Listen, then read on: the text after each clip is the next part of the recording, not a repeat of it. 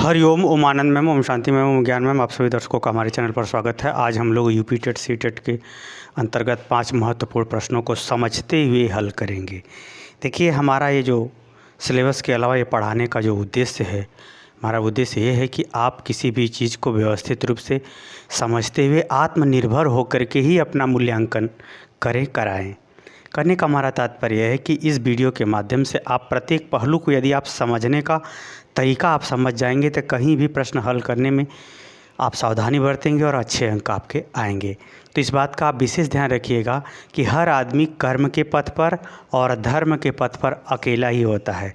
किसी दूसरे को दोष देने से आपका कर्म नहीं बदल जाएगा। अर्थात जब तक आप अपना कर्म, अपनी सोच, अपने व्यवहार को अच्छा नहीं बनाना चाहेंगे तब तक कोई भी नहीं बना सकता है, या बनाना भी चाहेगा तो वैसा नहीं बन पाएगा जैसा होना चाहिए। तो आइए इन सभी 5 प्रश्नों को समझते हुए हल करते हैं। पहला प्रश्न यह है, बालक में अपराधी प्रवृत्ति के विकसित होने का मुख्य कारण क्या है। इसमें हमेशा याद रखिएगा, हर एक शब्द का अपना अपना अर्थ होता है। यदि यहाँ शब्द लगा है मुख्य कारण, मुख्य कारण यानी इसमें कारण तो चारों हैं, लेकिन इसमें मुख्य कारण क्या है। बालक क्यों अपराधी हो जाता है। अपराध किसे कहते हैं? जो कार्य जानते बूझते हुए गलत किया जाता हो वो अपराध की श्रेणी में आता है। सामान्य रूप से जो हम लोग पढ़ रहे हैं उसके अंतर्गत। वैसे तो जाने और अनजाने में भी अगर किसी की जान माल की क्षति होती है जो उचित नहीं है तो वो अपराध की ही श्रेणी में आता है। परंतु यहाँ हम लोग मनोविज्ञान के अंतर्गत पढ़ रहे हैं या बाल विकास के अंतर्गत हम लोग इस प्रश्नों को हल कर रहे हैं। तो इसमें जो है अपराध का मतलब ही हुआ कि जानते बूझते हुए किसी के संग गलत व्यवहार करना, शारीरिक रूप से, मानसिक रूप से, शाब्दिक रूप से इत्यादि हो सकता है। तो इसमें जो है वो मुख्य कारण पूछा है। तो पहला है दोषपूर्ण पाठ्यक्रम। हाँ, दोषपूर्ण पाठ्यक्रम का मतलब ये होता है कि जो कुछ भी उसे पढ़ाया जा रहा है, विषय वस्तु के अंतर्गत बताया जा रहा है, उसकी कमियों को, उसके सावधानियों को, उसके स्वरूप को, उसके उपयोग को पूरी तरह से नहीं बताया जा रहा है, नहीं समझाया जा रहा है, नहीं पढ़ाया जा रहा है। इसके कारण से अपराध बढ़ते हैं। हाँ, ये भी कारण है। अनुशासनहीनता, निश्चित रूप से जो अच्छे नियमों को नहीं सीखता है निश्चित रूप से उससे अपराध अधिक होते हैं। ये भी बात सही है। आर्थिक अभाव, गरीबी के कारण से, पैसे के अभाव के कारण से भी बालक किसी की हत्या कर सकता है, किसी की चोरी कर सकता है, अपराधी हो सकता है। आगे परिवार का वातावरण। हालांकि इस प्रश्न का चारों उत्तर हैं, लेकिन इसमें पूछा गया है मुख्य क्या है। तो इसमें आपको अब तौलना पड़ेगा कि कौन सबसे ज़्यादा भारी पड़ेगा जो इसका उत्तर होगा, क्योंकि चारों उत्तर तो हैं, लेकिन इसमें कौन सबसे भारी है, कौन ज़्यादा महत्व का है, वही उत्तर सेलेक्ट करके हमको बताना है। देखिए, अगर हम बात करें तो जो बालक होता है एक खाली डब्बा की तरह होता है। उसमें जो भी समाज से, परिवार से, विद्यालय से, शिक्षक से जो कुछ भी भरा जाता है वो ऐसा ही वो सीखता है। क्योंकि इस अवस्था में बालक जो है पूरी तरह से उचित अनुचित का निर्णय भी नहीं कर पाता है। हालांकि कुछ तो थोड़ा बहुत समझता ही है, नैतिक विकास तो होता ही है, लेकिन उतना नहीं हो पाता जितना होना चाहिए। तो इस तरह से अगर हम देखें तो चारों प्रश्नों में से सबसे जो महत्वपूर्ण, चारों उत्तरों में से सबसे जो महत्वपूर्ण उत्तर होगा वह होगा घ, परिवार का वातावरण। यहाँ पर परिवार के वातावरण में आर्थिक भी शामिल हो जाएगा, अनुशासन भी शामिल हो जाएगा, और परिवार में जो कुछ भी उसे सिखाया बताया गया है वो चीज़ भी शामिल हो जाएगा। तो इन चारों उत्तरों में से सबसे जो बेस्ट ऑप्शन होगा, जो बेस्ट उत्तर होगा वह परिवार का वातावरण, क्योंकि परिवार सभी चीज़ों को अपने आप में समेटे हुए होता है। उसी का पूरा संपूर्ण प्रभाव उसके जो है अपराधी होने की प्रवृत्ति पर पड़ता है या अपराधी न होने की प्रवृत्ति पर पड़ता है। यानी परिवार अच्छा है, माता पिता, अन्य सदस्यों का स्वभाव अच्छा है, सोच समझ व्यवहार अच्छा है, तो निश्चित रूप से अपराधी प्रवृत्ति कम होगी। अगर ये परिवार, अगर पारिवारिक वातावरण में कलह कलेश, टेंशन इत्यादि, तनाव, भूखमरी, गरीबी इत्यादि है, तो ऐसी परिस्थिति में अपराधी प्रवृत्तियाँ अधिक बढ़ जाती हैं। तो इन सभी कारणों में से जो सबसे महत्वपूर्ण कारण होगा वह परिवार का वातावरण, यही सही उत्तर होगा। दूसरा का अगर हम क्वेश्चन को देखें, प्रकृति पोषण में विवाद में प्रकृति का तात्पर्य क्या होता है। प्रकृति पोषण के विवाद में प्रकृति पोषण क्या होता है ये जानना जरूरी होता है। प्रकृति पोषण क्या है, यानी प्रकृति को बनाए रखने के लिए जो भी उसकी जो भी उसके जो है प्रति मानव का व्यवहार है, मानव का जो है विभिन्न प्रकार का प्रकृति के निर्माण हेतु संरक्षण है, उसके संतति को रक्षा करने संबंधी बातें हैं, ये सबसे संबंधित है। प्रकृति पोषण, जैसे हमारे शरीर का पोषण का मतलब हमारे आवश्यक शरीर के जो आवश्यक तत्व हैं उनको शरीर को उचित मात्रा में उचित अवस्था में देना ही क्या कहलाता है, शारीरिक पोषण कहलाता है। उसी तरह से प्रकृति पोषण का तात्पर्य जो हमारे प्रकृति में जीव जंतु वनस्पति हैं उन सभी वनस्पतियों के अस्तित्व को बनाए रखना और उनके अस्तित्व को मतलब गलत ढंग से प्रभावित न करना भी क्या कहलाता है, प्रकृति पोषण कहलाता है। ये अक्सर विवाद चलता रहता है पर्यावरण के संदर्भ में, पारिस्थितिकी तंत्र के संदर्भ में सब विवाद चलते रहते हैं। तो प्रकृति पोषण के संदर्भ में प्रकृति का अर्थ क्या होता है, प्रकृति का तात्पर्य क्या होता है। यहाँ प्रकृति का मतलब क्या है, हमारे आसपास का वातावरण, ये वातावरण है, प्रकृति नहीं है। वातावरण प्रकृति देखिए दोनों समझिए। यहाँ प्रकृति यानी नेचर की बात की जा रही है। तो वातावरण में अगर देखें तो वातावरण में कुछ हम अपने द्वारा जैसे घर मकान बनाए या एक कृत्रिम वातावरण हुआ, तो यह जो है पूरा सूटेबल या पूरी तरह से सही फिट इसमें नहीं बैठ रहा है।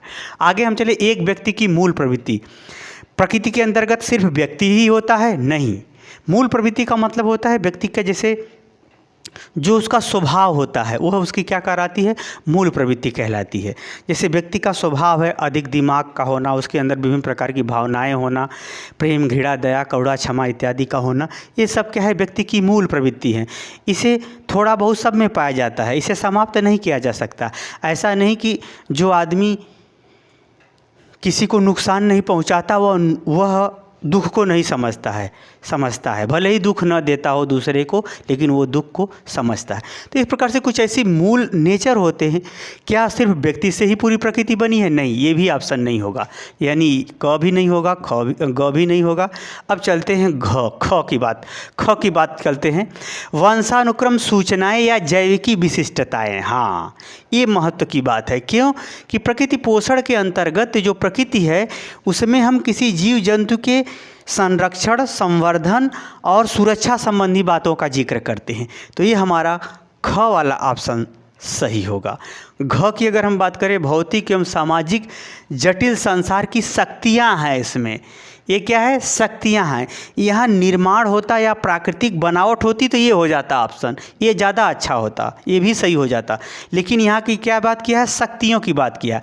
तो भौतिक शक्तियाँ जो मनुष्य द्वारा निर्मित की गई हैं, जैसे मोटर है, गाड़ी है, इलेक्ट्रिक है, वाहन इत्यादि, तो ये नहीं होगा, ये वाला ऑप्शन गलत होगा। यानी इन चारों में से ख वाला ऑप्शन प्रकृति के तात्पर्य में सबसे बेस्ट है, यही उत्तर सही होगा। आगे हम चलते तीसरे क्वेश्चन की बात। बालक का विकास आनुवांशिकता और वातावरण का गुणनफल है या परिणाम है, ये किसने कहा था, ये कहा था वुडवर्थ महोदय ने किया था। ये देखिए सीधा क्वेश्चन है, जो जैसे बताया उसको से स्टेटमेंट को वैसे ही रटना पड़ता है। वुडवर्थ ने कहा था कि व्यक्ति का जो आनुवांशिक नेचर होता है, जैसा उसका पैतृक रूप में पुत्र अपनी धरोहर के रूप में लेके आता है, जो माता पिता के जिन्स और गुणों के माध्यम से जिन्स के अंतर्गत उसे प्राप्त होता है, वह जो है आनुवांशिक है। वातावरण का मतलब उसका पारिवारिक वातावरण, सामाजिक वातावरण और उसका शैक्षिक वातावरण का, संवेगात्मक वातावरण का, क्योंकि वातावरण में संवेग अच्छे बुरे दोनों संवेग सबके साथ होते हैं। अच्छा वातावरण मिलेगा तो अच्छा संवेग बढ़ जाएगा। परंतु इन्होंने एक नॉर्मल वे में कहा कि जो बालक का विकास है किसी भी क्षेत्र में, जिससे उसके व्यक्तित्व का निरंतर विकास होता है, वह उसके आनुवांशिक यानी माता पिता के द्वारा और प्राकृतिक वातावरण के अंतर्गत जो मनुष्य का वातावरण है, जो प्रकृति का वातावरण है, उन दोनों का परिणाम ही उसके विकास का स्वरूप, उसके विकास का आधार, उसके विकास की सीमा तय कर देता है। यह किसने कहा था, वुडवर्थ ने बताया था। आगे हम चले चौथा क्वेश्चन के लिए। स्वकेंद्रित अवस्था होती है। स्वकेंद्रित का मतलब ये होता है ऐसी अवस्था जिसमें जो है कोई बालक हो या कोई व्यक्ति हो सिर्फ अपने आप का ही ध्यान रखता है, अपने आप की ही इच्छा, अपने आप की ही आवश्यकता, अपने आप की ही पसंद को अपने पास रखता है, उसी अवस्था को हम बोलते हैं स्वकेंद्रित अवस्था। स्वकेंद्रित अवस्था अगर हम 2 से कहें, 0 से यानी जन्म से 2 वर्ष नहीं, इस अवस्था में बालक जो है थोड़ा होशियार जरूर हो जाता है, लेकिन वह अपनी पसंद और अपसंद इत्यादि बातों को पूरी तरह से स्पष्टीकरण नहीं कर पाता है। स्पष्टीकरण नहीं कर पाता। होता तो शुरू तो हो जाता है लगभग 2 वर्ष के अंत तक, 2 वर्ष के अंत से लगभग ये स्वकेंद्रित तो बातें तो शुरू हो जाती है, परंतु वो उसके प्रति वह उसका दृढ़ मानसिकता उतनी अच्छी से नहीं बन पाती। अगला 7 वर्ष नहीं, ये भी नहीं होगा। क्योंकि ये भी नहीं होगा, क्यों नहीं होगा? क्योंकि 7 वर्ष की अवस्था में आते आते वह बालक जो है दूसरे से मित्र मंडली जोड़ना शुरू कर देता है, घूमना फिरना, बातें करना, खेलकूद करना इत्यादि। ये अभी थोड़ी अवस्था, ये अभी पूरा फिट नहीं बैठ रही है स्वकेंद्रित अवस्था के रूप में, ये भी नहीं होगा। आगे है 3 से 6 वर्ष की, ये अवस्था महत्वपूर्ण है, ग वाला सही होगा। क्योंकि 3 से 6 वर्ष, 3 से 6 वर्ष की जो आयु होती है, इसमें बालक को जो पसंद रहता है अपने पास रखता है, जिसको पसंद करता है उसके संग खेलता है, जिस बड़े को पसंद करता है तो उसके संग रहेगा, जो वस्तु पसंद आएगी, जो चीज़ पसंद आएगी उसे छिपा के भी रखना शुरू करता है। अपना कपड़ा, भोजन, कोई खिलौना हो तो वह उसके अपने पास रखना पसंद करता है। तो यह जो है स्वकेंद्रित अवस्था 3 से 6 वर्ष की अवस्था होती है।